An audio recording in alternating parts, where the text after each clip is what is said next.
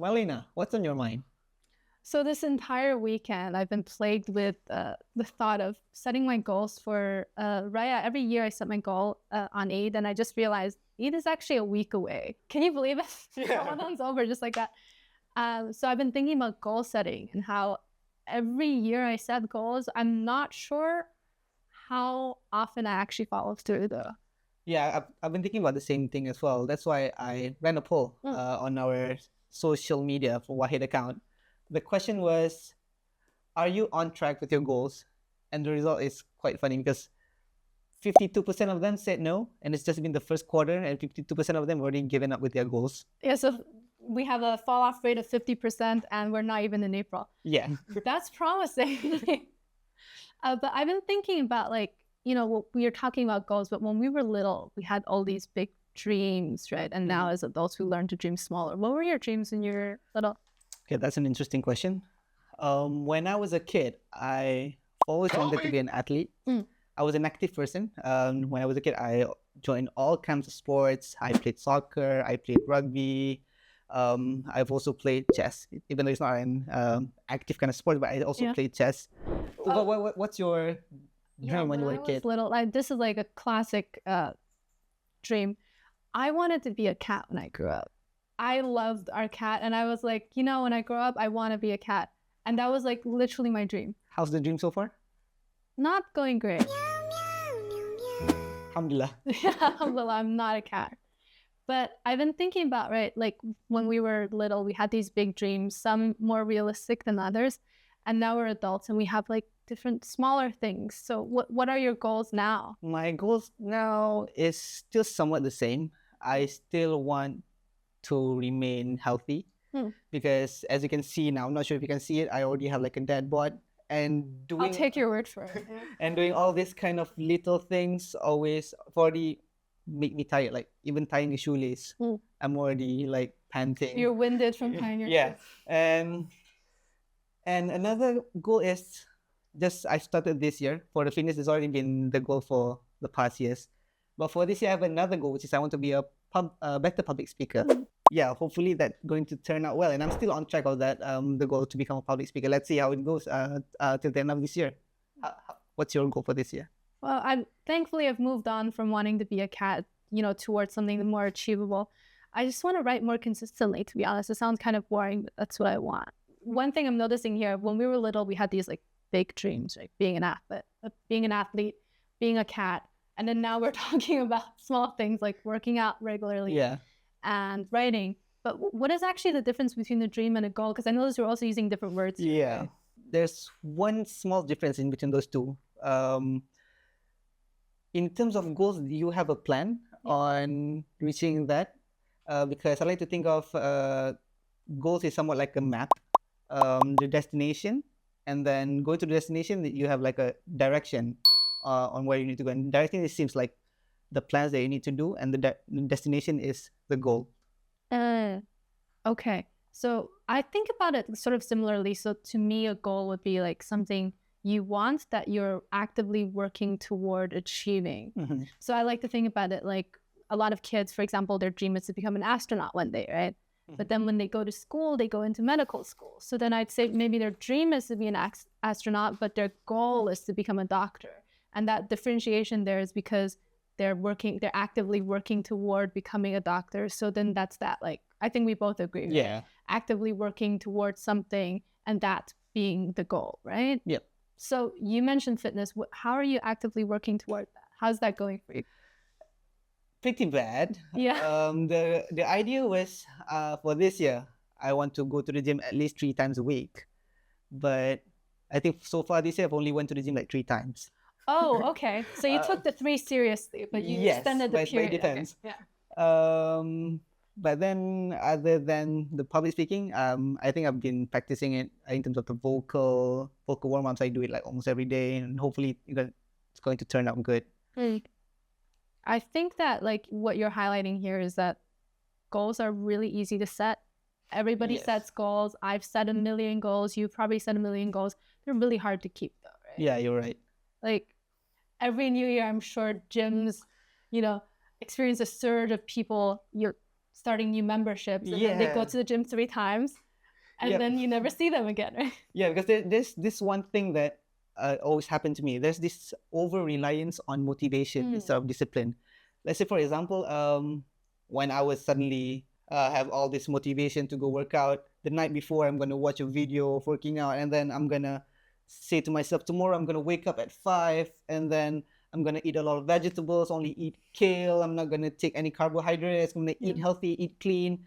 But then the next morning came, I woke up at 10, I ordered roti canai, nasi lemak, and then poof, there goes my motivation. Yeah. I have the same sort of similar thing. Like, I like to go from 0 to 100.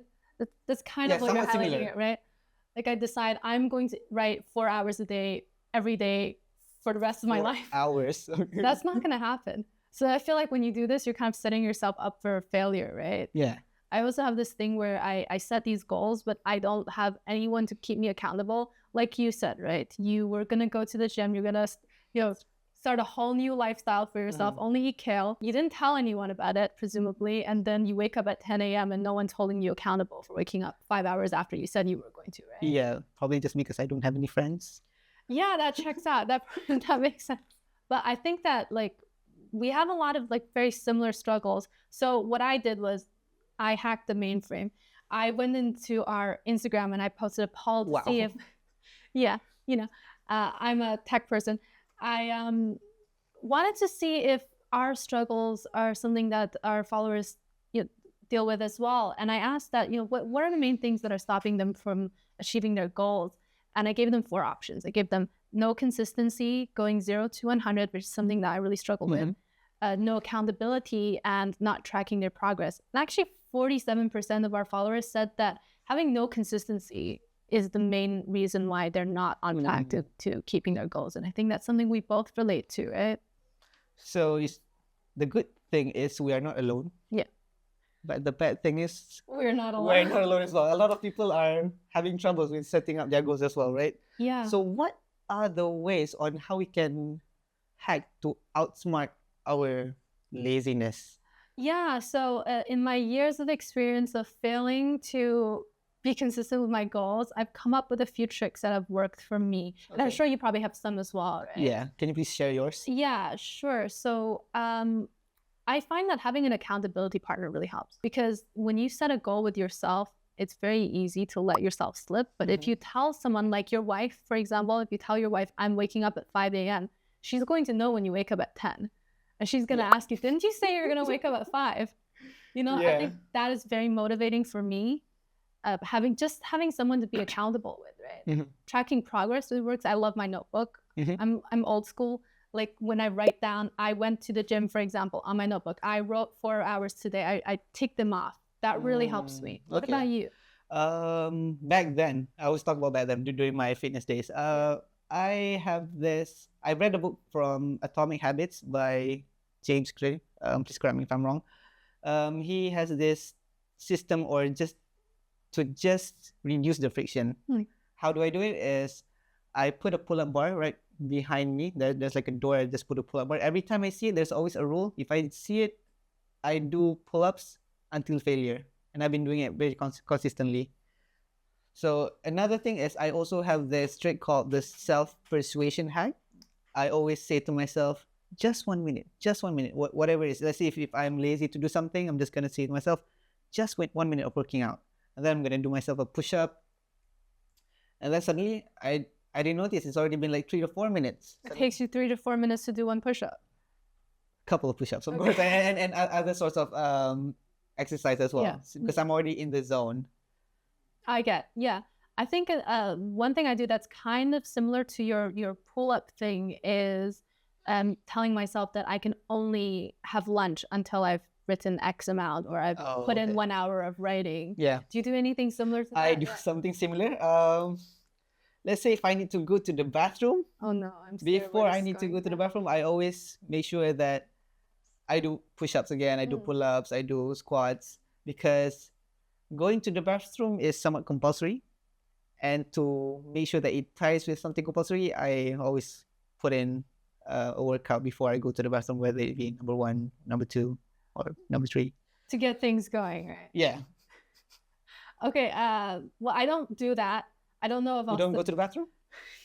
I don't use your bathroom trick. I have my lunch trick. Okay. But other things I do also help, like time blocking.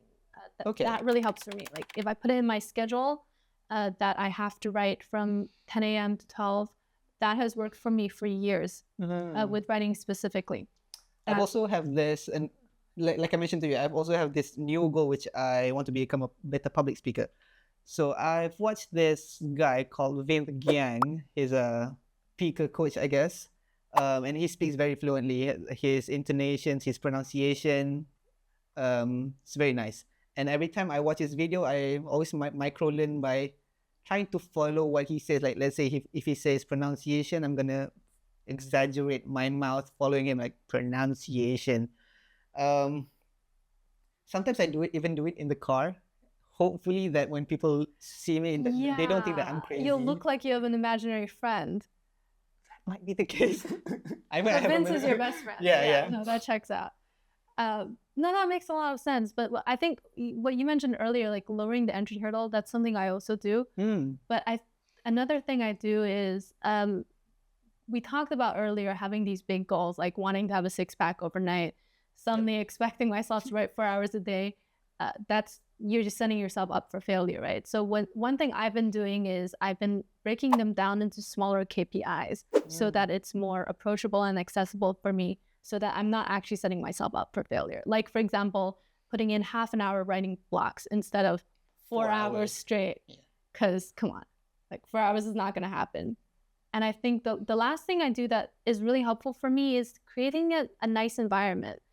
Like, I love writing in cafes, for example. Ramadan is difficult. Yeah, I was about to ask that. Did you write anything during Ramadan? It's really, I've tried. I went to a bookstore in Bukit Jalil, the really big one. I can't remember the name. And it's really cute. And I'm sitting there and I feel so guilty because I haven't bought anything because I'm fasting. But I'm trying to take advantage of the ambiance. It helps you get going with writing. But Ramadan is challenging with this particular trick. Okay. But I think that just having an environment that's like cute, maybe I'm a little vain, cute, friendly, cup of coffee, it gets me going with the writing for sure. Yeah. So it seems like all these goals, it doesn't have to just be our annual goal. It can also be something related with our financial goal, our personal development goal. Do you have like any financial goal? Well, I feel like I'm being put on the spot. I'm uncomfortable sharing specific numbers. But of course, like I've wanted to go to Taipei for a while now. What? Taipei. Taipei. Oh, okay.